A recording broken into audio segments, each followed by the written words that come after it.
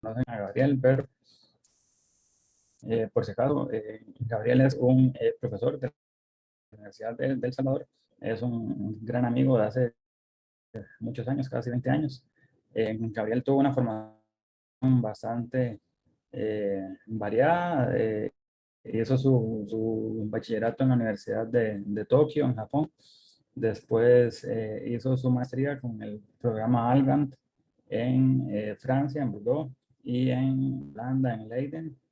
Y actualmente se encuentra, bueno, actualmente es profesor de la Universidad de El Salvador y está haciendo su doctorado en conjunto entre la Universidad de El Salvador y el CIMAT, ¿verdad? Entonces, bueno, el otro día bromeé un poco de esta multiculturalidad a la que ha sido expuesto Gabriel, ¿verdad? Y bueno, el problema del que nos va a hablar hoy es bueno, tiene tintes de eso. Entonces, un gran gusto y un placer tener a Gabriel aquí con nosotros y adelante, puede empezar. Gracias, Daniel. Una vez más, gracias por la oportunidad de exponer mi trabajo. En el primer intento, por así decirlo, pues lamentablemente hubo algunos obstáculos fuera de mi alcance que me impidieron desarrollar la charla. Espero que esto no sea así. Muy bien. Cierro mi video, procedo a ver la pantalla completa. Esta es mi presentación. Comenzaré desde el principio para tener eh, mayor coherencia. El título de la presente investigación es Extensiones de grupos abelianos compactos unidimensionales. Esto es parte de un artículo de investigación que a su vez está elaborado con los contenidos de mi tesis doctoral. El índice, me gustaría presentar 4 secciones. Siendo la primera un vistazo rápido a la teoría clásica de extensiones de grupos.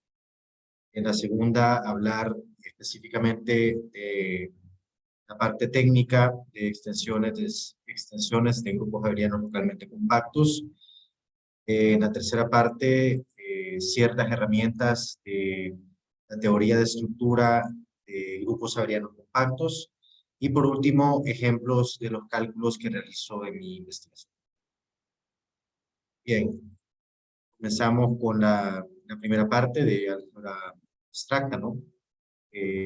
Poniendo una perspectiva, poniendo el problema en una perspectiva histórica.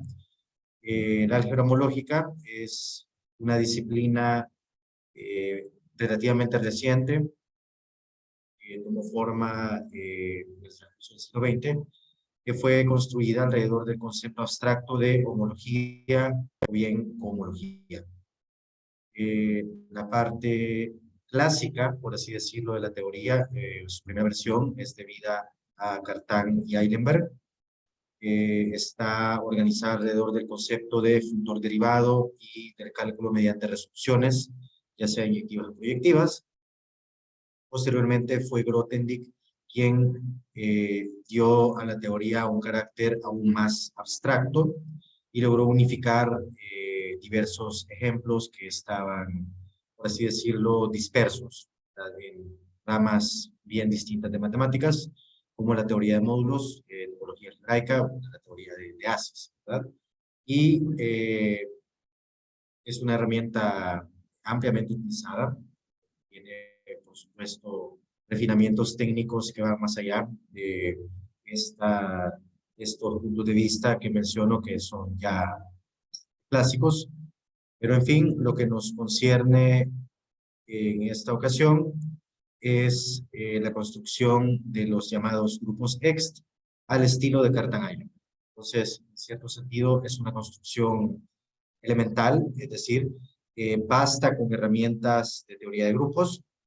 Esto no significa necesariamente que sea algo particularmente sencillo de entender, pero pues es interesante saber que todos estos conceptos son bastante explícitos. Es decir, es bastante viable realizar cálculos con las construcciones que vamos a describir a continuación.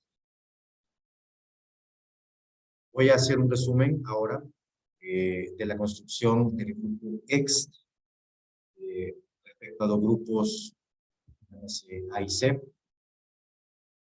En fin, la definición principal. Hola, hola Daniel. Sí, pero una pequeña pregunta, digamos, por si hubiera gente en la audiencia que no sabe qué es un grupo y qué significa abeliano, que no sé si puede explicar rápidamente. O sea, yo sé que está complicado si no saben qué es eso para el resto de la charla, pero por lo menos que les esté Uy, eso, perdón. ¿verdad? Sí, claro, voy a regresar. Un grupo, bueno, es una estructura, las primeras estructuras algebraicas que suelen estudiarse en cursos de álgebra abstracta o álgebra moderna, como se llamen en su universidad. Consiste en un conjunto con una operación que está sujeta a ciertos axiomas, como son ser asociativa, poseer un elemento neutro y poseer inversos. Y la condición llamada abeliana se refiere a la conmutatividad de dicha operación. Y podemos pensar como ejemplos, bueno, importantes de hecho de grupos abelianos, por ejemplo, ¿verdad? Los números enteros respecto a la suma, los números reales respecto a la suma. Pienso que son buenos ejemplos que ilustran la manera axiomática en que se comprueban estas propiedades del grupo, ¿verdad? Que la ley conmutativa, la ley asociativa, la existencia de un neutro y la existencia de inversos. ¿Okay? ¿Está bien? Sí, Sí. muchas gracias. Voy a continuar entonces, ¿verdad?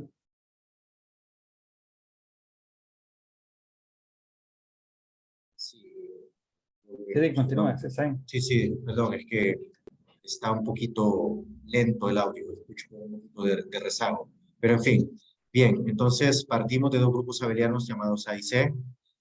Entonces, nuestro objeto de interés, en torno al cual se organiza toda esta charla, es el concepto de extensión.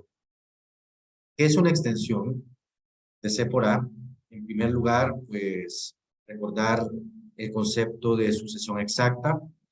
En este dispositivo me es un poco difícil escribir a mano alzada, pero bueno, dejando constancia al menos en voz. Este símbolo que estoy señalando, ¿verdad?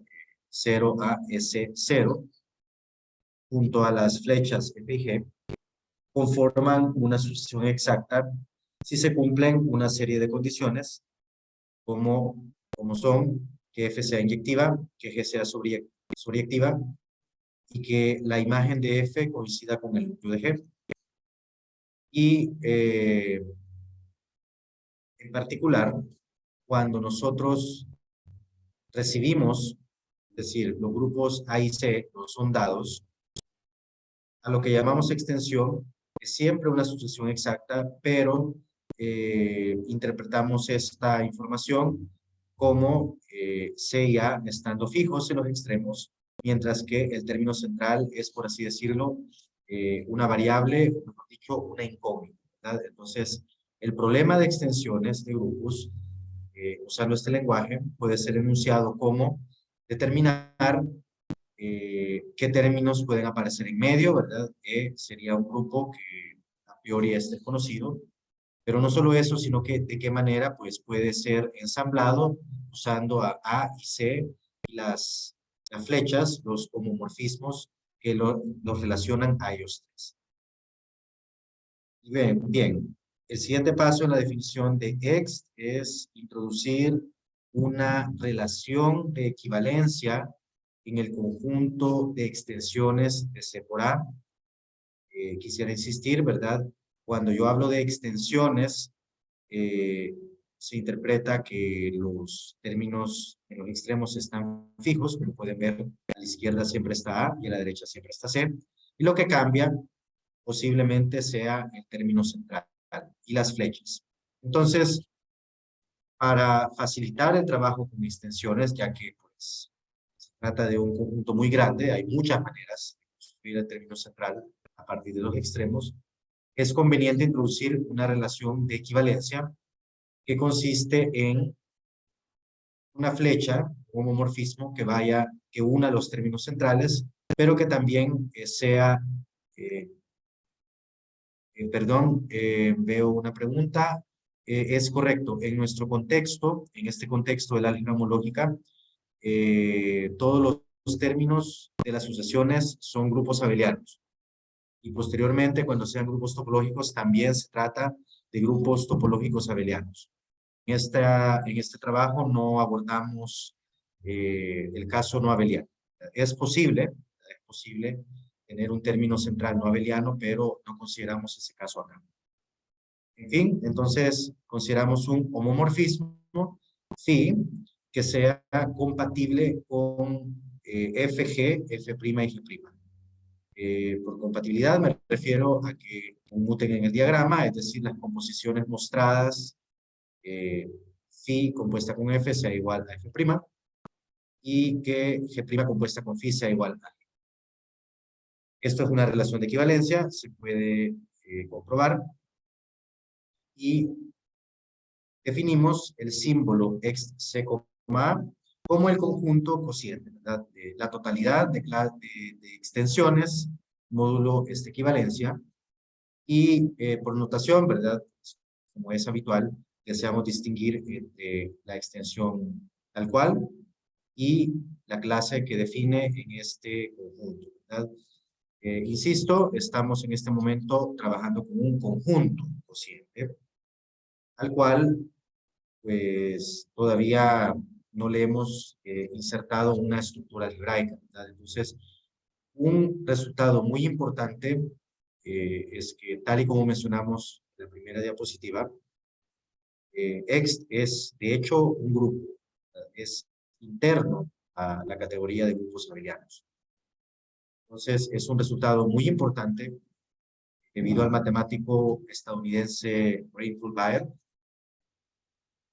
Fue él quien descubrió, si no me equivoco, en los años 30, 40, que es posible definir una operación de grupo en el conjunto de extensiones. En otras palabras, lo dicho de manera informal, las extensiones se pueden sumar a través de un procedimiento llamado la suma de Baer, ¿verdad? Entonces, tenemos, como está en pantalla, ¿verdad? La suma de Baer de dadas dos extensiones. Podemos producir una tercera extensión para la cual hay cierta receta de cálculo muy explícita que, por otra parte, me gustaría no mencionar más, ¿verdad? Es decir, la comprobación de que esta operación produce una extensión y que está bien definida, módulo equivalencia, toma bastante tiempo, son cálculos elementales, pero pues son un tanto engorrosos. Prefiero enfocarme pues en el panorama, ¿verdad? El resultado de Baer es que la suma de Baer está bien definida, módulo equivalencia, es decir, cuando yo sumo dos extensiones, el resultado está bien definido, sin importar que yo reemplace uno de los sumandos por una extensión equivalente. No solo eso, sino que además dicha operación es conmutativa. Por tanto, x c, a siempre recibe la estructura de grupo abeliano. Y como les mencionaba, los detalles son un tanto tediosos. Se pueden consultar ciertamente en cualquier texto sobre la teoría de grupos abelianos o bien lógica. Me contentaré con pues motivar un poco esta estructura, ¿verdad? Intentar entender en qué consiste, en qué propiedades tiene la suma de extensiones. Las propiedades más sencillas que podemos mencionar en este momento es el elemento neutro. Si es un grupo, tiene que tener un neutro, ¿verdad? Entonces, resulta que el elemento neutro de la suma de Baer está representado por la sucesión llamada escindida, o en inglés split, que consta de la información del producto directo de A con C, ¿verdad? Como les digo, ¿verdad? Una extensión pues, puede tener un término central arbitrario, pero entre todas las posibilidades que hay, siempre podemos poner acá el caso trivial en el cual pues tomamos el producto directo de A y C, incluimos A en el producto y luego proyectamos. Esta construcción es universalmente válida y resulta que su clase, ¿verdad? Porque por supuesto en Ext tenemos clases de extensiones, la clase a la cual pertenece la sucesión escindida cumple ser el elemento neutro, ¿verdad? En otras palabras, si yo a una extensión la sumo con otra que sea equivalente a la escindida, voy a obtener la misma extensión, salvo equivalencia, ¿verdad? Y en cuanto a los inversos, tenemos una descripción bastante simple que consiste en hacer un pequeño cambio de signo, twist, como diríamos en inglés, hacer un twist del signo de alguno de los dos homomorfismos que aparecen en la sucesión, ya sea F o ya sea G. Y eso es comentarios generales sobre la suma de Baer. A continuación, quisiera mencionar muy brevemente las propiedades funtoriales de esta construcción. Me parece que hay una mano levantada, perdón. Sí, buenas tardes. Quería saber qué tan grande es este conjunto. Si es un conjunto, es una clase propia.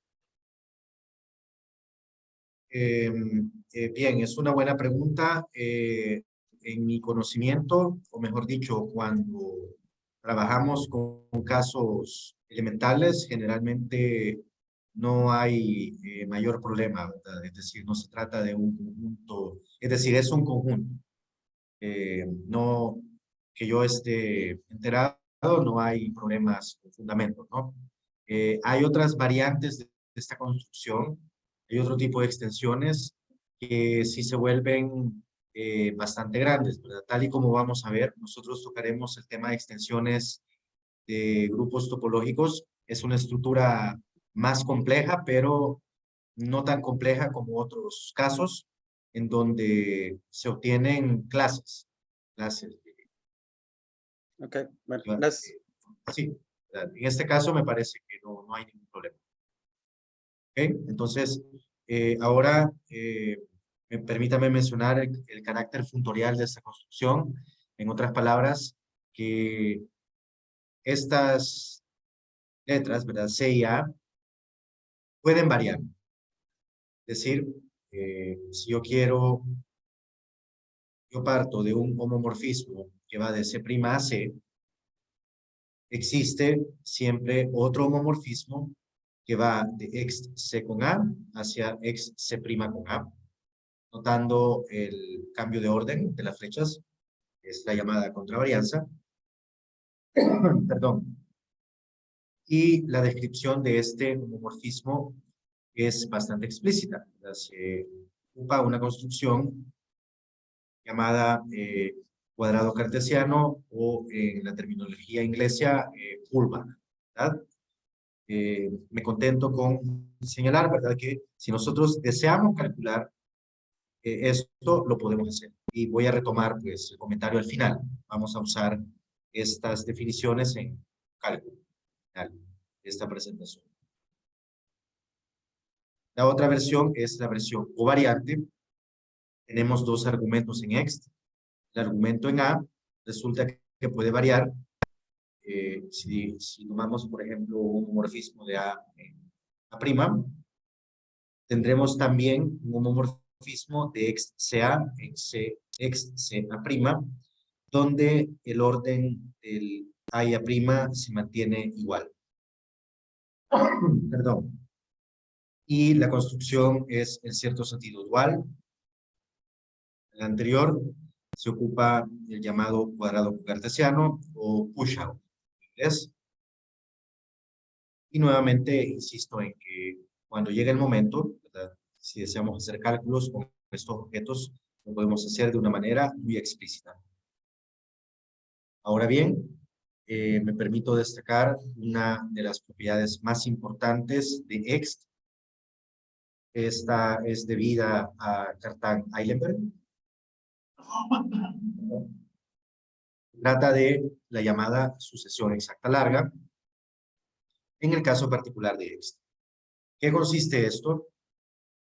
Consiste en construir la sucesión exacta a partir de dos ingredientes, que es una sucesión corta, denotada acá por ABC, ¿verdad? Flechas F y G. Y el segundo ingrediente es un grupo abeliano cualquiera G. Entonces, ¿cuál es la motivación de la sucesión exacta larga? Nosotros partimos de la sucesión de homomorfismos obtenida al aplicar el grupo OM a esta sucesión ABC. OM, como esperaría que estén familiarizados, ¿verdad? Espero, ¿verdad? Si han llegado al curso de álgebra. OM consta de la totalidad de homomorfismos que van, por ejemplo, perdón, de G a G. Y HOM GB son los homomorfismos de G en B. HOM GC los homomorfismos en C. Y es bien conocido, ¿verdad?, de los cursos de álgebra abstracta, que cuando yo parto de una sucesión exacta y aplico el grupo OM, perdón, ¿quién es G? G es un grupo abeliano arbitrario. En la sucesión larga yo puedo elegir G a mi gusto, ¿verdad? Entonces, yo aplico el HOM, donde HOM está fijo, HOM G está fijo en la primera variable, y A, B y C pues van variando en el segundo argumento. Obtengo otra sucesión de tres términos, HOM GA, HOM GB, HOM GC. Como les decía, es bien conocido de los cursos de álgebra abstracta que en general la nueva sucesión no es exacta, ¿verdad? Es decir, no obtengo algo como 0, HOM, HOM, HOM, 0. Eso en general no ocurre, pero el descubrimiento de Cartan-Eilenberg es que, si bien en general no puedo esperar una sucesión exacta formada por grupos OM, la sucesión se puede volver exacta si yo añado una nueva fila de grupos ext. ¿Verdad? Entonces, la sucesión, por eso se llama larga, ya no tiene tres términos, que tiene 6, y se lee de la siguiente forma, ¿verdad? La primera fila es el OM, que acabo de mencionar. La segunda fila son XGA, XGB, XGC en este orden, y en donde, pues también debo comentar, por supuesto, una sucesión exacta consta tanto de los grupos que aparecen, pero también debemos especificar las flechas, ¿verdad? Cómo se construyen las flechas. En el caso de OM, bueno, en ambos casos, ¿verdad?, se recurre a componer, en cierto sentido, con las aplicaciones F y G.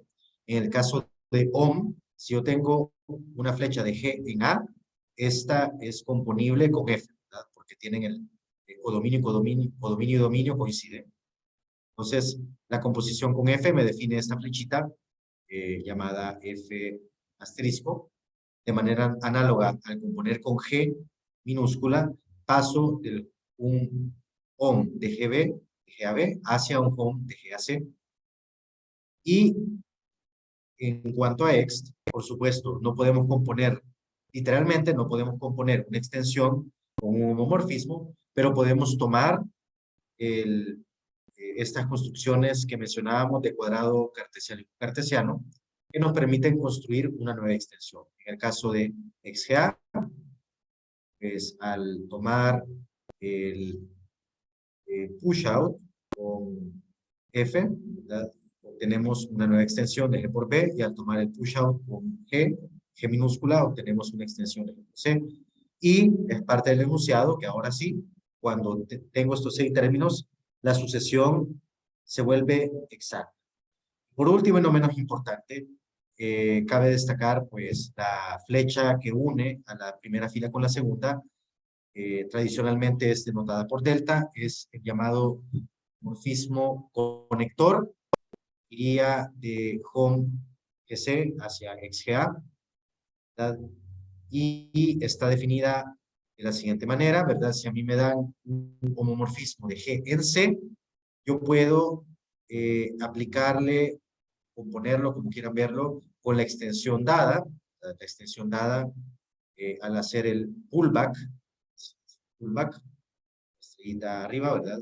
Al hacer el pullback con fin, tengo una extensión de G por A, ¿verdad? Entonces, en fin, esta es la sucesión exacta larga de Cartan-Eilenberg en su versión covariante. Hay una versión contravariante donde, pues, cuando G va a la derecha, las flechas van en sentido contrario. Y este es, sin lugar a dudas, una de las herramientas más importantes para el cálculo explícito de los grupos, ¿verdad? Y bueno, hay otras propiedades, comportamiento con productos y sumas directas, pensaría que eso no viene mucho al caso, pero en fin, ¿verdad? El resumen es que Ext, de una perspectiva abstracta, lo podemos interpretar como un funtor en 2 variables sobre la categoría de grupos abelianos. Esta perspectiva ya es más cercana a la interpretación moderna en términos, por ejemplo, de funtores derivados, categorías derivadas, categorías abelianas, perdón, y demás. ¿Ok? Entonces, esto es el grupo Ext. Por último, ¿verdad? Esto vale la pena mencionarlo, vamos a hacer uso de este lenguaje. El cálculo con Ext, ¿verdad? El cálculo usando sucesiones exactas, habitualmente se aprovecha de los casos cuando Ext se anula, ¿verdad? Entonces es importante dentro de la teoría de Cartan-Eilenberg distinguir aquellos grupos para los cuales Ext se vuelva cero. Entonces estos objetos en el lenguaje más general, vectores derivados, reciben el nombre de objetos proyectivos inyectivos. En el caso de la teoría de grupos abelianos, pues se trata de conceptos más simples, los objetos proyectivos, es decir, los que al sustituirlos en Ext, acá, ¿verdad? Al sustituirlo en M y se vuelve cero, eso es lo que se llama un objeto proyectivo, y esto ocurre precisamente para los grupos llamados, bueno, grupos abelianos libres, es decir, Z elevado a una potencia, ¿verdad? Eso es un grupo abeliano libre. En cuanto a los sujetos inyectivos, son aquellos que al sustituir a la derecha hacen cero al Ext. Resulta que esos son precisamente los grupos llamados divisibles. Esta es una definición de la teoría de grupos abelianos, ¿verdad? Y, en fin, esto es la teoría clásica de... ¿Hola? ¿Sí? ¿Algún comentario? Sí, perdón, sí, soy yo, pero en otra computadora. Iba a ser, ¿qué significa un grupo divisible? ¿Es como un grupo cíclico, o sea, Z módulo NZ o algo así? Perdón, no. Un grupo divisible es aquel para el cual está definida la división por cualquier entero no nulo. Es decir, para cualquier X y para cualquier número, un entero positivo N, existe un Y tal que X es igual a N veces Y. Okay. Y decimos que X entre N, entre comillas, es igual a Y, ¿verdad? Algo así. Okay. Por ejemplo, un ejemplo, los números racionales. eso es lo que iba a preguntarle. Ok, perfecto. Sí, por ejemplo, es un buen ejemplo. Okay. Como les decía, el grupo libre, un ejemplo muy bueno es Z, o en general, un poquito más generalmente, Z a la N. Y más generalmente aún, ¿verdad? Es Z con un número arbitrario de copias, posiblemente infinito. Todos esos grupos tienen la propiedad de que al evaluar en Ext a la izquierda, se anulan, ¿verdad? Entonces, en fin, si me permiten, voy a pasar a la segunda sección, que es Gabriel, la adaptación. Claro, un- adelante, perdón. digamos, un anuncio para que sepa en cuanto al tiempo, lleva más o menos un poquito menos de la mitad. Ok, sí. Ahora vamos a intentar motivar esta teoría adaptada al caso de grupos topológicos. Me he permitido añadir algunos ejemplos, algunos fáciles, algunos no tan fáciles, para pues darle una idea de cuáles son los protagonistas, ¿verdad?, de esta historia. Eh, Dicho de manera general, un grupo topológico es un grupo G que está dotado de una topología, de modo que la operación de grupo y la toma de inversos se vuelven aplicaciones continuas, y también interesan los llamados morfismos. Las aplicaciones que preservan la estructura algebraica y topológica son homomorfismos de grupos, que también son al mismo tiempo aplicaciones continuas. Y una aclaración importante es que para nuestro trabajo, mejor dicho, pues, en esta área en donde hay interacciones de estas categorías topológicas y el álgebra, pues al menos en mi parecer, las categorías más interesantes de grupos topológicos eh, obedecen el axioma Hausdorff. Entonces, cuando nosotros decimos grupos topológicos abelianos, habitualmente estamos asumiendo también el axioma Hausdorff. Es posible trabajar sin este axioma, pero digamos que se trata de áreas y problemas que van, digamos, en otra dirección a la nuestra. En fin, ¿qué ejemplos podemos mencionar de grupos topológicos? Cualquier grupo junto a la topología discreta, ¿verdad?, se vuelve un grupo topológico. No es un ejemplo muy ilustrativo, pero es perfectamente. Para mencionar ejemplos un poquito más concretos, podemos tomar a los números reales con su topología euclidiana clásica y recordar la propiedad, ¿verdad?, de que la suma de los reales es continua, la toma del inverso aditivo también es continua, y esto, pues, estos son ejercicios, digamos, por ejemplo, de cálculo o precálculo, y pues eso en realidad lo que nos está diciendo es que R es un lógico. Por supuesto, pues tenemos que es Hausdorff. Y otro ejemplo también muy importante es el círculo, junto con la topología euclidiana. En este caso, pues nos gusta verlo como, por ejemplo, como es unitario del plano complejo, o también lo podemos ver como el cociente de R por C. Ambas construcciones son ampliamente utilizadas. Por otro lado, preparé una galería de ejemplos, pero me temo que quizá el tiempo me va a jugar en contra. Quizás sin entrar en mucho detalle, voy a hacer mención de ejemplos más ricos e importantes de grupos topológicos, o al menos importantes en nuestro trabajo, ¿no? En primer lugar, un ejemplo clásico, pero pues, dependiendo de la formación que uno tenga, puede o no puede ser conocido, son los números p-ádicos. Tenemos para cada primo p, ¿verdad?, el anillo de los enteros p-ádicos y el campo de los números p-ádicos. Ambos son ejemplos importantes de grupos topológicos al ser considerados respecto a la topología p-ádica, que viene de la llamada métrica p-ádica. Y como digo, sin entrar en tanto detalle, por lo menos dejar como la frase ahí, ¿verdad? Los números p-ádicos son ejemplos importantes de grupos topológicos. ¿Ok? Basándonos en ellos, perdón, podemos construir más.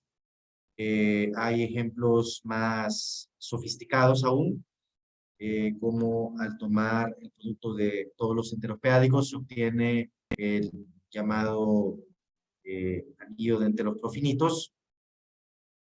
Y también, por otro lado, al ocupar otra construcción de producto, que es el producto restricto, se obtiene un objeto muy importante en la teoría de números moderna, que son, como son el anillo completo de Adeles, el anillo de, perdón, de Adeles finitos.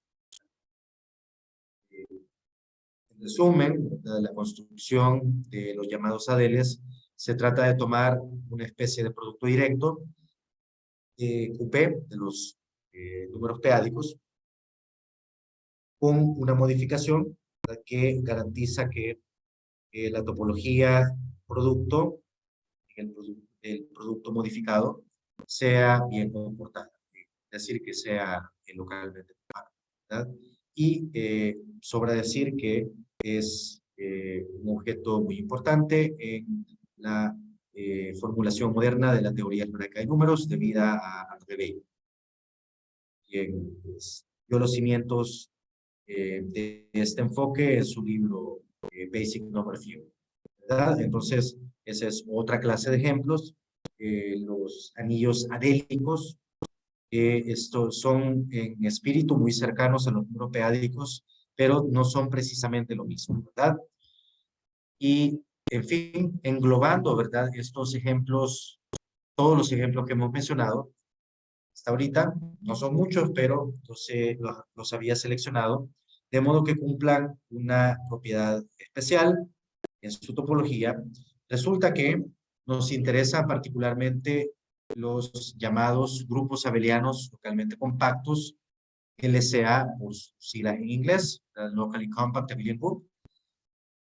¿Qué es esto? Que es un grupo LCA, es un grupo abeliano topológico, bueno, aclarando, ¿verdad? Hausdorff, que además cumple con la propiedad de ser un espacio topológico localmente compacto y que, bueno, al trabajar con bajo la condición Hausdorff hay varias caracterizaciones de esta propiedad.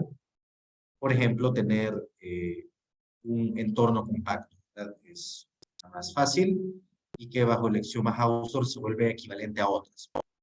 Por ejemplo, tener un entorno relativamente compacto, ¿verdad? Para cada puntito.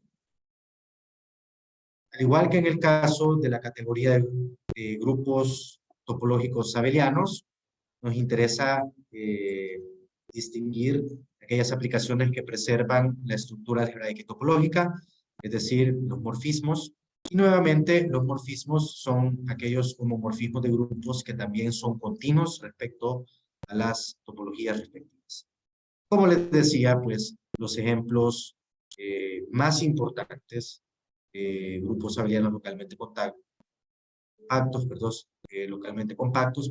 son, por supuesto, los grupos discretos. Podemos ver esta teoría LCA como una extensión, una prolongación de la teoría de grupos abelianos discretos.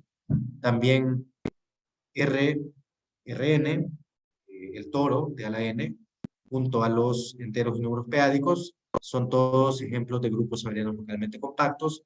Y hay un ejemplo más, una clase de grupos muy importante para mi trabajo, que son los solenoides, que pues definiré en un par de minutos, pero necesito recurrir a una herramienta muy especial, que es la teoría de dualidad. ¿Por qué nos interesa esta clase de grupos? Hay diversos motivos, ¿verdad? Podemos motivarnos a través de su importancia en otras áreas de la matemática, por ejemplo, en el análisis armónico o en la teoría de números. Como le mencionaba, André Bey fue pues quien por primera vez de manera sistemática utilizó el análisis armónico para abordar, ¿verdad?, problemas específicos de la teoría algebraica de números. Pero, en fin, bueno, sin irnos tan lejos, resulta que pues esta clase de grupos es muy interesante por el mero hecho de tener una operación de dualidad, la llamada dualidad de Pontryagin, ¿verdad? Entonces, a grandes rasgos, el dual de un grupo LCA es un grupo, por supuesto, que como conjunto está formado por los llamados caracteres del grupo G. Es un carácter, ¿no? Es un morfismo, es decir, un morfismo continuo, que va de G hacia el círculo. Todos los caracteres tienen como codominio al círculo. Es posible realizar algunos cálculos elementales para T, Z, R, Z, P, Q, P. Quizás quiero obviar estos detalles para no demorar más. Y bueno, también agregar algo importante, ¿verdad? Que el grupo dual, la importancia de la dualidad de Pontryagin es que el grupo de caracteres puede recibir una topología que lo convierta en un grupo abeliano localmente compacto, ¿verdad? Entonces, el dual de G se suele denotar por G gorrito. Como decíamos, es el conjunto de caracteres continuos, pero que también está dotado de la operación algebraica de suma puntual y más aún de la topología llamada de compacto abierto, que goza de esta propiedad de convertir a G gorrito en un grupo abeliano localmente compacto, ¿verdad? Como les decía, es de rigor, ¿verdad? Al estudiar esta teoría, el cálculo de los duales de diversos grupos. Y, en fin, el enunciado de la puntualidad de Pontryagin brevemente es que, pues, al aplicar 2 veces la misma operación de dualidad, tengo un isomorfismo canónico de grupos topológicos, es decir, es un isomorfismo algebraico y además es un homeomorfismo.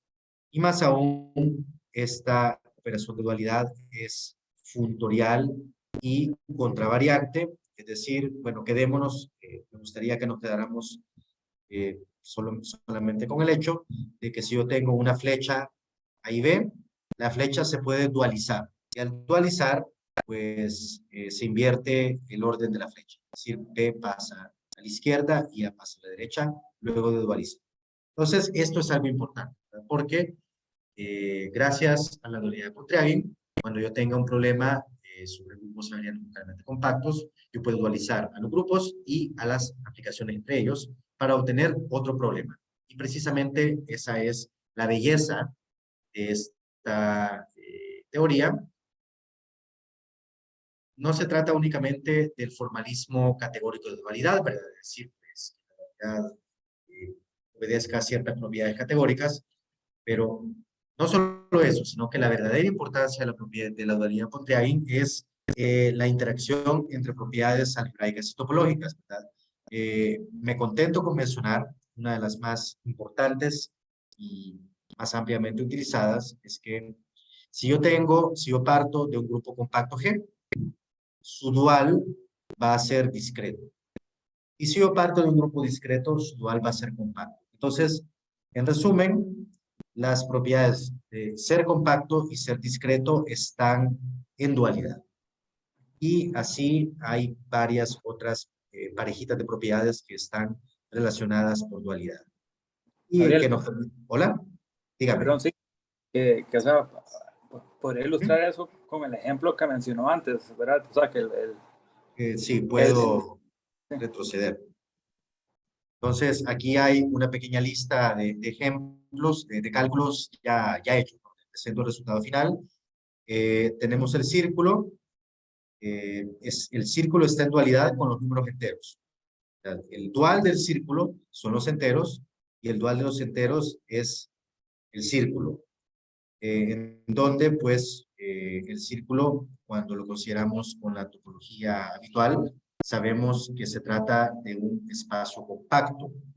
Y cuando pasamos a Z, Z es visto como un discreto, entonces se cumple lo que les decía, de que el dual de un compacto es discreto y el dual de un discreto es compacto, ¿verdad? El tercer ejemplo es R. R, de ser autodual, está en isomorfismo consigo mismo, bajo dualidad. ¿De acuerdo? ¿Ok?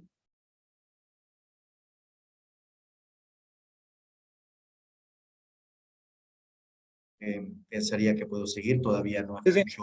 Sí, sí, sí, está bien. disculpas, es que mi audio tiene un poquito de rezago. Gracias también.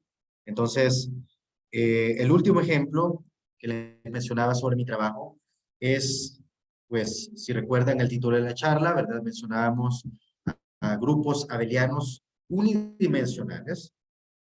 ¿Qué es esto? Pues en resumen, para que se quede la frase, es una clase de grupos que es mejor ilustrada a través de los llamados solenoides.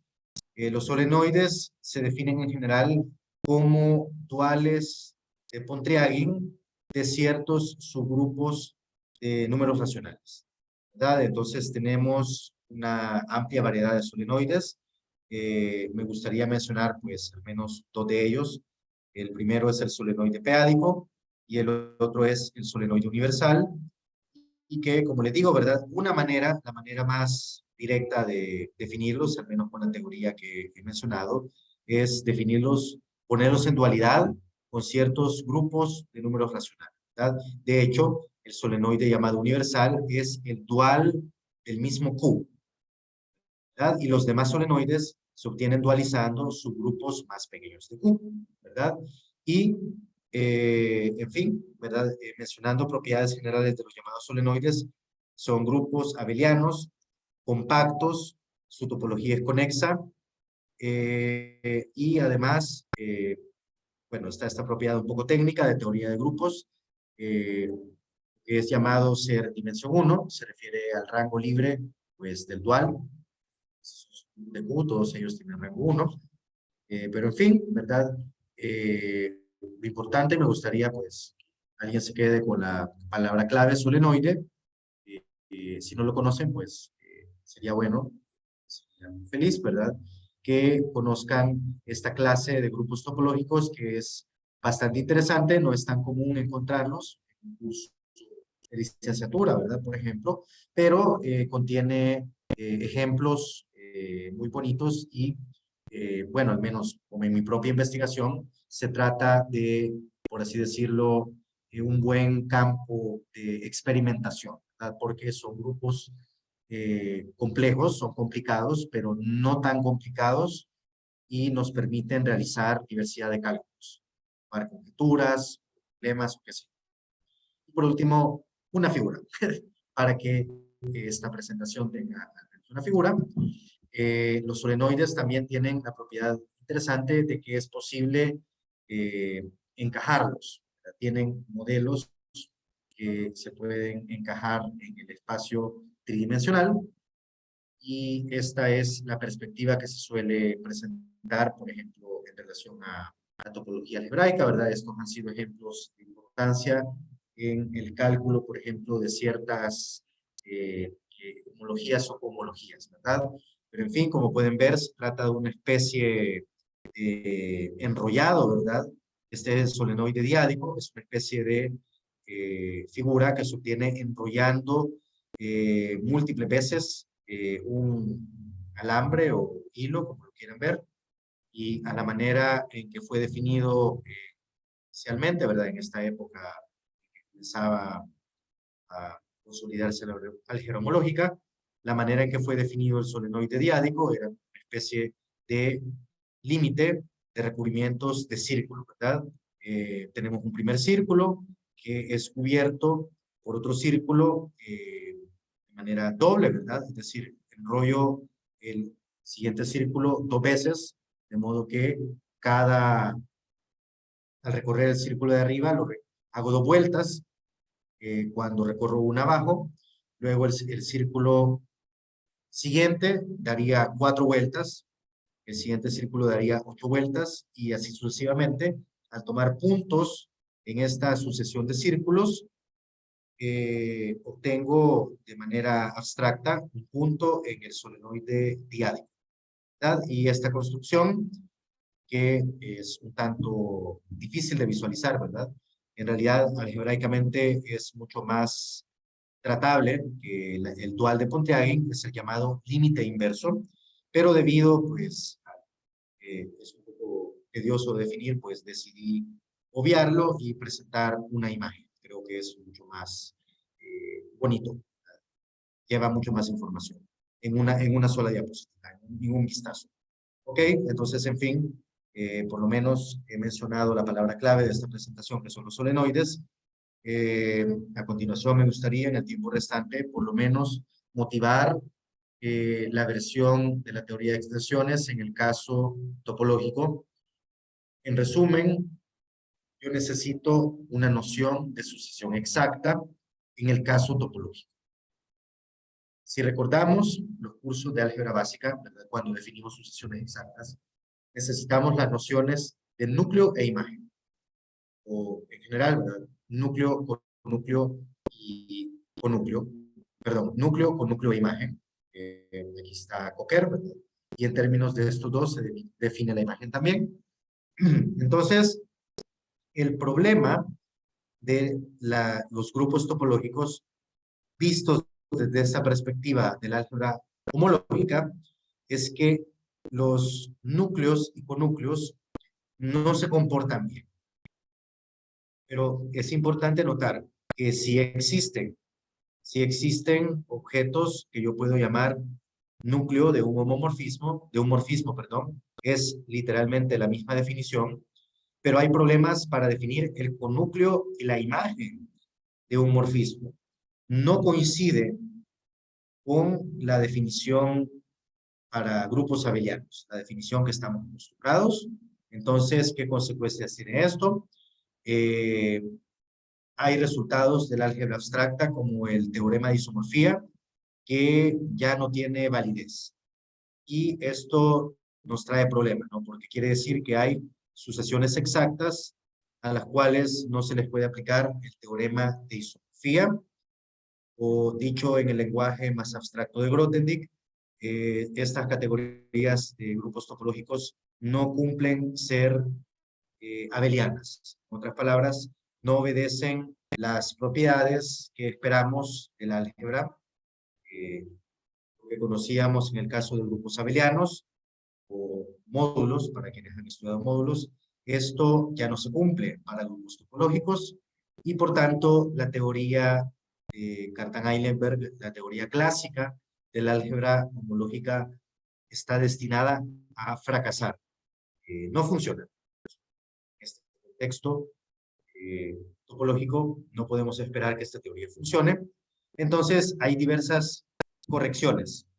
Teoría, la primera propuesta para definir X en el contexto topológico es debido a una serie de autores de los años 60 y 70, quienes proponen como solución para definir X es básicamente y en resumen tomar únicamente aquellas sucesiones exactas que sí obedecen las propiedades que nos interesan. Entonces, es una idea interesante, ¿verdad? Puede sonar como una idea, por así decirlo, burda o no muy ingeniosa, pero pues, dado el contexto de este problema, ¿verdad? Que tenemos demasiadas extensiones, incluidas algunas que se comportan mal, una manera de abordar el problema es tomando únicamente las extensiones que se comportan como nosotros queremos. Y, en fin, la manera de definir esto es a través de los llamados morfismos admisibles, o dependiendo de la literatura, se llaman propios o estrictos, que cumplen cierta propiedad técnica, que es ser abiertos sobre su imagen. Y, en resumen, voy a pedir que una extensión o sucesión exacta es admisible si las flechitas F y G cumplen ser admisibles. Y en el caso de aplicaciones inyectivas y sobres, bueno, de una manera más técnica, monos y epis, resulta que yo puedo calcular precisamente qué propiedad tiene que cumplir F para ser admisible, lo mismo con G. Resulta que F debe ser una aplicación cerrada. En otras palabras, A debe ser imagen de un subgrupo cerrado de E. Y por otro lado, G tiene que ser una aplicación cociente, en el sentido topológico, ¿verdad? Entonces, en otras palabras, lo que nos dice esta teoría es que si yo deseo tener una buena teoría de extensiones, en el caso de grupos topológicos, debo restringirme a tomar cocientes por subgrupos cerrados. ¿verdad? Entonces, cuando yo hago esto, las extensiones se comportan bien. De hecho, esto está motivado también por ejemplos naturales, ¿verdad? De la teoría de grupos topológicos. Generalmente, bueno, pasando a ejemplos acá, si yo tengo, por ejemplo, una sucesión exacta topológica muy fácil, muy de las más simples que hay, es tomar los números reales con su topología habitual. Adentro de ella están los números enteros. Con la topología inducida son discretos. Y si yo tomo el cociente de R con la topología euclidiana por Z discreto, obtengo el círculo. Esto es bien conocido, espero. Y resulta que esta sucesión es admisible. ¿Por qué? Porque Z, al ser discreto, es cerrado en R. Y por otra parte, pues esta es una aplicación cociente, ¿verdad? Y como un no ejemplo de una sucesión admisible, podemos tomar por otro lado, siempre en R, otro subgrupo, como los números racionales, con la topología inducida por R, y es bien conocido del análisis real que los números racionales son densos en R. Entonces, ¿qué pasa? Si yo planteo la sucesión exacta algebraica, ¿verdad? Sin topología, QR, R cociente Q, si bien es una sucesión exacta algebraica, pero si yo veo las topologías, resulta que pues esta sucesión no es admisible porque Q es un subgrupo denso de R. No puede ser cerrado. Entonces, de hecho, pues al ser denso, este cociente, este espacio cociente es espantoso, ¿verdad? Desde el punto de vista topológico. Es una topología muy mal comportada y eso es precisamente lo que se desea evitar al considerar únicamente las sucesiones llamadas admisibles. Entonces, en fin, bueno, hay análogos del grupo OM en el caso topológico, pues por sentido común nos interesa homomorfismos que también respeten la topología, en otras palabras, homomorfismos continuos. Pero además, una característica interesante es que el OM topológico es, el OM, perdón, de la categoría LSA es interno. ¿Qué quiere decir? Que cuando yo considero el grupo OM algebraico, ¿verdad? Abstracto, de hecho, también existe cierta topología llamada la topología de compacto abierto, que es la misma que mencionamos minutos atrás, la dualidad de Pontryagin, respecto a la cual el OM siempre es no solo un grupo topológico en general, sino que cuando yo trabajo con grupos LSA, el OM también es LSA. Y otra prueba, otra heurística, por así decirlo, que nos convence de que esta construcción es correcta, en cierto sentido, es que este OM topológico respeta la dualidad de Pontryagin. Es una propiedad muy bonita que nos dice que el OM topológico de A con B está en isomorfismo topológico con HOM del B dual con A dual. Recordemos que la dualidad intercambia el orden de la flecha, ¿verdad? Entonces, al dualizar, se intercambian B con A. ¿Verdad? Entonces, este es un resultado muy lindo de la teoría. Y por último, pues también mencionar un comentario más amplio. Así como dualizamos homomorfismos, podemos dualizar sucesiones exactas y también la propiedad de ser admisible es dualizable, ¿verdad? Esa es otra evidencia de que esta noción de admisible es la correcta en cierto sentido. Si yo tomo una flecha admisible, su dual también es admisible. Y si yo tomo una sucesión exacta admisible, al dualizar también obtengo una sucesión exacta admisible.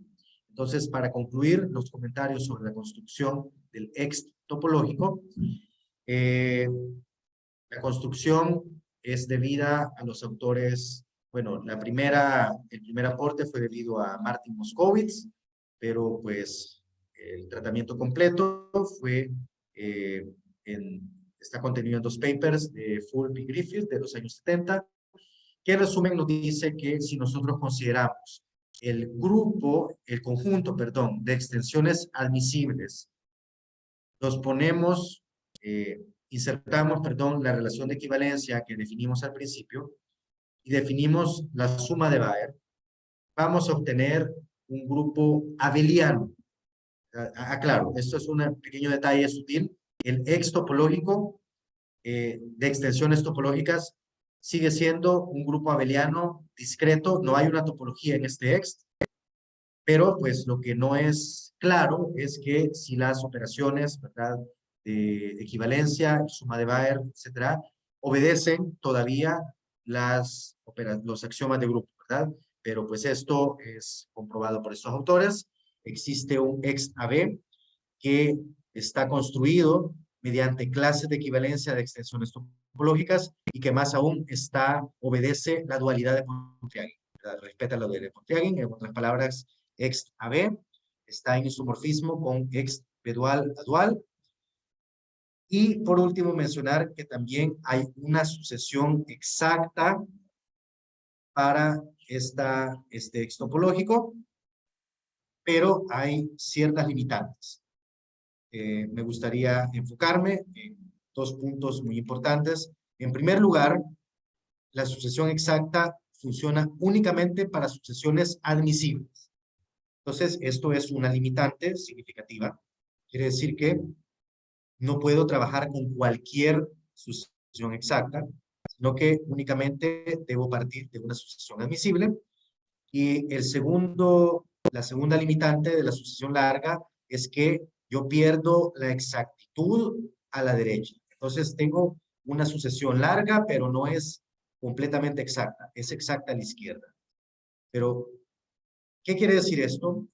Lo que quiere decir es que, pues, en realidad no está claro que esta sucesión termine acá. Puede continuar. Y de hecho, Fulp y Griffith hacen mención de grupos superiores que podrían prolongar esta sucesión larga, el cual es un fenómeno que no ocurre en el caso de los grupos abelianos o bien de módulos, ¿verdad? Entonces, esta es podríamos decir, un defecto de la teoría, ¿verdad? Ya que, pues, no tenemos una sucesión verdaderamente exacta, tenemos una sucesión exacta a la izquierda, pero que aún así nos puede servir para realizar algunos cálculos. Entonces, mencionar por último, hola, Daniel. Gabriel, sí. Sí. Perdón, que estamos un poquito sobre la hora. No sé si quiere contarnos un poco sobre su trabajo o sobre las cosas que había guardado para el final. ¿Verdad? Sí, claro. Entonces, si gustan, bueno, estos eran algunos ejemplos sencillos. Voy a llegar directamente a los ejemplos de cálculo. Creo que, bueno, si me permiten 10 minutos más. ¿Está bien? Sí, está bien. 5 minutos más, no sé. Sí, está bien. Sí, está Ok, bien. bien. Entonces, les voy a contar brevemente la heurística de mi investigación. Mejor dicho, qué ha motivado mi trabajo. Entonces, hay cierto teorema que he obviado para acomodar el tiempo. Hay cierto teorema que pertenece a la teoría de estructura de grupos abelianos compactos, que es importante, por ejemplo, en otros ámbitos, por ejemplo, la teoría de grupos de Lie, ¿verdad? Grupos de transformaciones, etcétera, es algo de interés en geometría y topología. Cierta herramienta, llamada el teorema de resolución compacta, puede interpretarse como un método para construir extensiones admisibles. Entonces, esto fue pues, un hallazgo que yo hice, pues, revisando literatura. Y bueno, en resumen, mi pregunta fue la siguiente. ¿Será que yo puedo representar todas las clases en un grupo X usando este teorema, ¿verdad? Porque es algo que quisiera dar a entender, ¿verdad? Cuando yo definí a X como un conjunto de clases de equivalencia de extensiones, una pregunta muy natural es, si yo quiero hacer cálculos con X, a mí me gustaría, pues, por supuesto, tener representantes explícitos de cada clase. Pero cuando yo trabajo con cálculos homológicos, pues yo trabajo formalmente con X como un todo. Yo no trabajo con los representantes de clase, ¿verdad? Entonces, en otras palabras, los cálculos homológicos no son constructivos. Yo puedo determinar el tipo de isomorfía de X como grupo, pero esto no me dice nada sobre los representantes de clase de las extensiones, ¿verdad? Entonces, esta fue mi idea de que, hola. Perdón, sí, digamos, el grupo G es una extensión cualquiera o es un grupo. El teorema tiene ciertas hipótesis. El teorema de resolución compacta aplica, por supuesto, a grupos compactos, pero en mi investigación me he enfocado específicamente en grupos unidimensionales, ¿verdad? Ok. Entonces, Digamos, ¿sí? digamos, si un delta subgrupo, ¿qué es lo que significa? Perdón. Ok. Un delta subgrupo, si me regreso, ¿verdad? Es cierto tipo de subgrupo, de un grupo compacto, un subgrupo cerrado, que cumple ser además totalmente inconexo y que el cociente es el círculo. Bueno, es una condición técnica, ¿verdad? Entonces, en la teoría de grupos abelianos compactos, un primer objetivo es garantizar la existencia de estos subgrupos que tienen propiedades convenientes y pues una vez yo conozco los subgrupos, bueno, delta subgrupos de mi grupo G, yo puedo aplicar este teorema llamado Compact Resolution Theorem, que me permite ensamblar una sucesión exacta como la que está en pantalla. Y esto es lo que yo en mi investigación interpreto como una extensión, y mi interés es usar esta extensión o estas extensiones construidas con este teorema para representar a todas las clases de ciertos grupos X. Entonces, perdón, si regreso a la diapositiva de heurísticas, la pregunta que me planteé en mi investigación es la siguiente.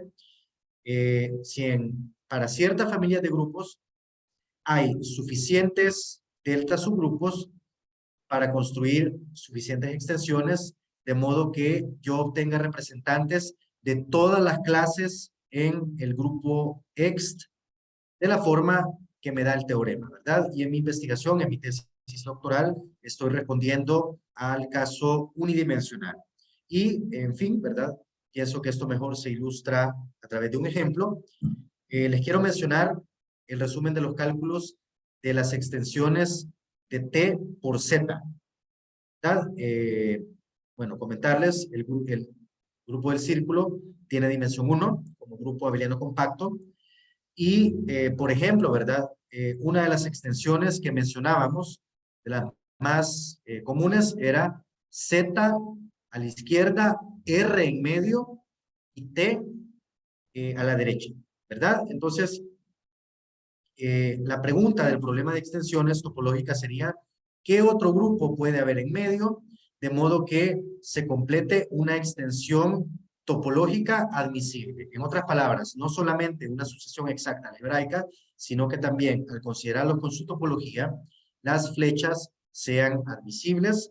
Y la conclusión de mis cálculos es que, bueno, según el álgebra homológica de Fulk-Griffith y Moskowitz, ¿verdad? Lo que mencionaba la sección previa, las extensiones de T por Z, topológicas y admisibles, están parametrizadas por los números enteros. Hay un isomorfismo con Z. En otras palabras, dado un número entero n, este se corresponde a una y solo una clase de extensiones de T por Z.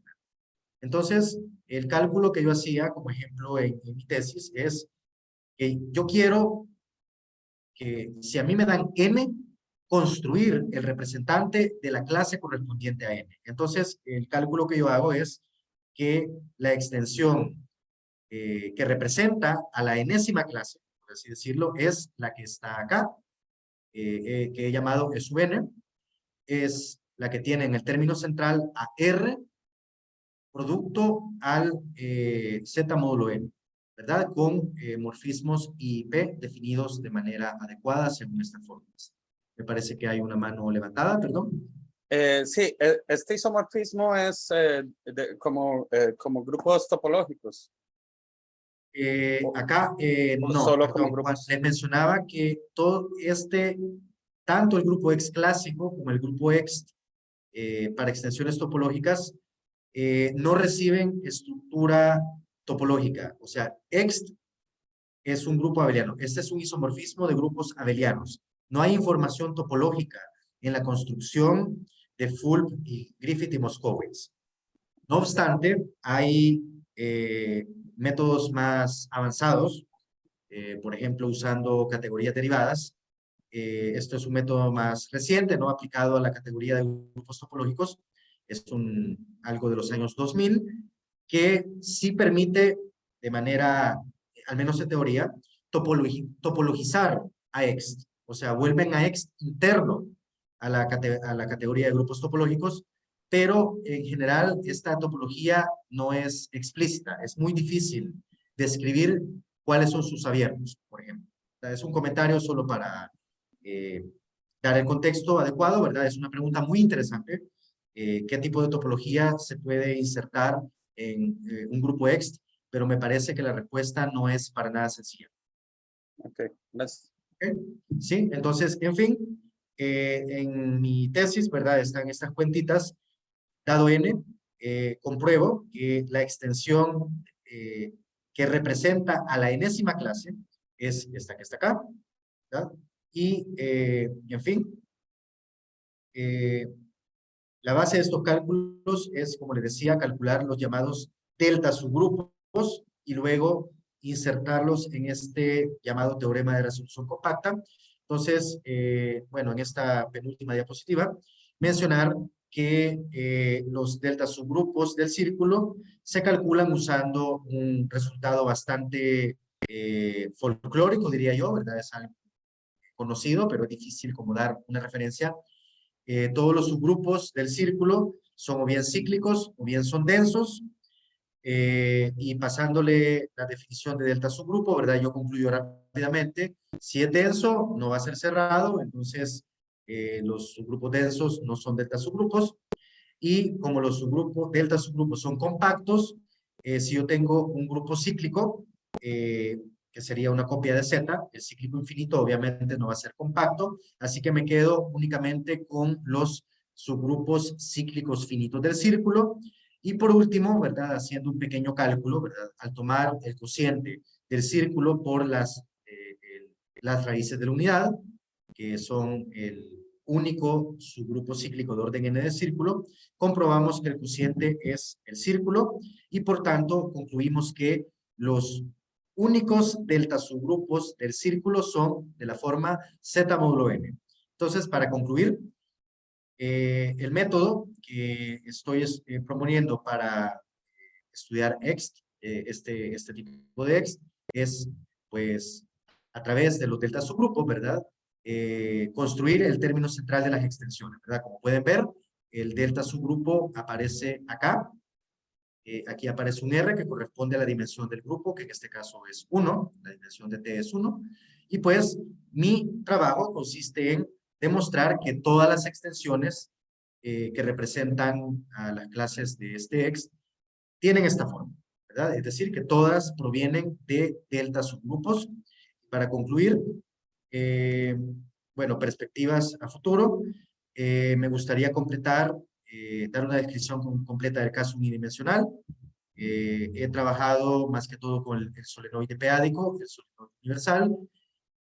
También, pues, me parece que hay ciertos casos interesantes en dimensión finita, digamos en dimensión n, pero por supuesto la complejidad del problema aumenta considerablemente.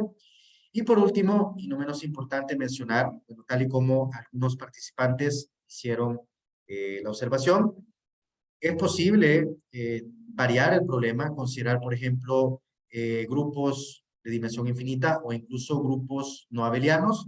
Estos son aspectos que no he considerado en mi investigación actual, pero me parece que hay pues mucha tela que cortar. Se trata de, bueno, hay ideas muy interesantes entre esta interacción, como pueden ver, el álgebra, geometría, topología, y demás áreas, como incluso teoría del número. Y pues no me queda más que agradecerles por su atención y paciencia, ya que me excedí un par de minutos en el tiempo. Ok, esto es todo. Les agradezco por su atención. Muchas gracias. Gracias. Ok, bueno, que no sé si alguien ahí de la audiencia tiene preguntas para Gabriel. Sí, Rafa, pueden. Sí, ¿Sí? tal vez, ya que en esa parte creo que pasaste un poco rápido, pero la suma de Bauer en las categorías estas topológicas que tienes, Sí. el 0 también sería la categoría que escinde, pero ahí o La no, sería otra extensión. cosa. Sí, la Sí, perdón. extensión. Quiero ver si voy al sitio. Voy a llegar acá. Cuando pasé muy rápido, perdón. Cuando decimos el teorema, sí, ¿verdad? Cuando decimos una extensión admisible, hay información topológica acá. O sea, entonces, la sucesión split topológica, es decir, tiene que haber una distinción entre algebraically split, o sea, algebraicamente escindida, como en el caso clásico, pero si hay topología, yo puedo tener un isomorfismo algebraico, pero posiblemente no un homeomorfismo. Entonces, se necesita exigir además que el término central sea homeomorfo al producto de A por C, con sus topologías respectivas. Entonces, la sucesión escindida en la versión topológica se le dice, bueno, topológicamente escindida, ¿verdad? Topological split, corresponde a tener un isomorfismo y homeomorfismo con el grupo topológico producto A por C. ¿Ok?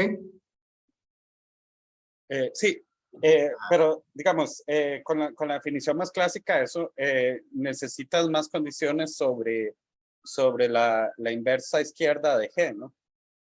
Sí, hay como criterio, ¿no? Si yo tengo la extensión tal cual, si esta es una extensión discreta, la extensión se escinde si solo si, pues hay una sección para G, o Ajá. si hay un retracto para F, por ejemplo. Pero ambos, retracto como sección, en el caso algebraico, basta con que sean homomorfismos algebraicos, ¿verdad? Pero si yo deseo una extensión topológica, yo puedo tener una sección o retracto algebraico, pero para que se escinda topológicamente, esos homomorfismos tienen que ser también continuos, ¿verdad? Es posible que una extensión se escinda algebraicamente, pero no topológicamente. Es decir, que los grupos que subyacen a la topología sean isomorfos, pero al meter la topología ya no sean homeomorfos. No sé si me explico. Es decir, hay un criterio, hay un splitting lemma, digámoslo así, para extensiones topológicas, en donde pues yo solicito que haya secciones o retractos, pero topológicos, no solamente algebraicos. ¿Ok? Gracias por la pregunta. ¿Alguna otra pregunta de parte de la audiencia?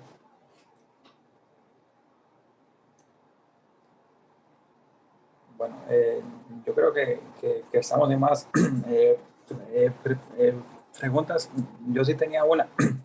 Si se cambia el círculo por el toro, hay un poquito más de subgrupos, ¿verdad? Precisamente por ahí va la cosa, ¿no? Cuando yo les decía, aquí tenemos G, G puede ser, o sea, el método, este resultado técnico, funciona para cualquier grupo de dimensión n. Entonces, yo he trabajado con el caso unidimensional. Pero ahora que si usted menciona el toro, no sé, por ejemplo, t cuadrado, ese tiene dimensión 2.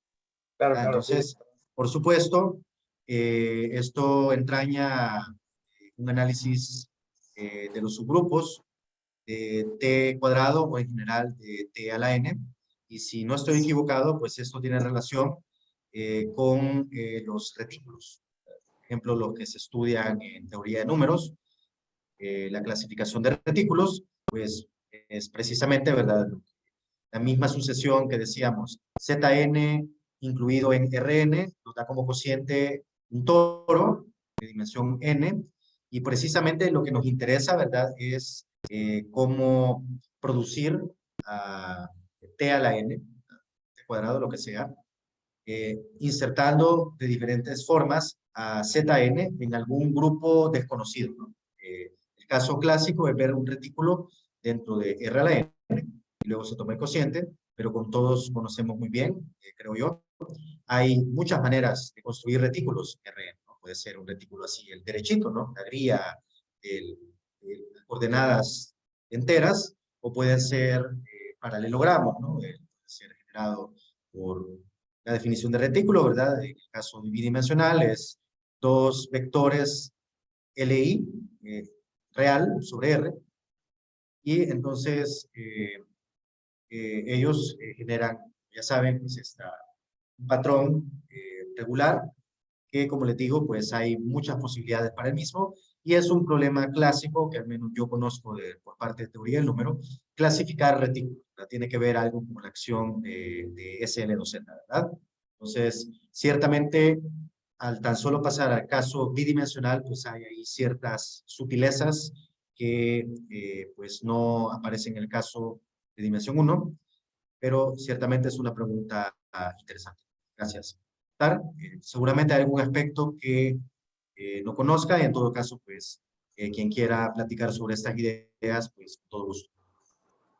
Ciertamente estoy interesado. Perfecto. Uriel, yo creo que estamos. Entonces, muchas gracias. Agradecerle de nuevo por haber sacado el tiempo y por hacer la No, no, a presentación ustedes. tan bonita, y esperamos tenerlo en un futuro. Muchas gracias. Buenas Muchas tardes. gracias a todos. Estamos en comunicación. Buenas tardes. Muchos éxitos. Hasta luego. Hasta luego, muchas gracias.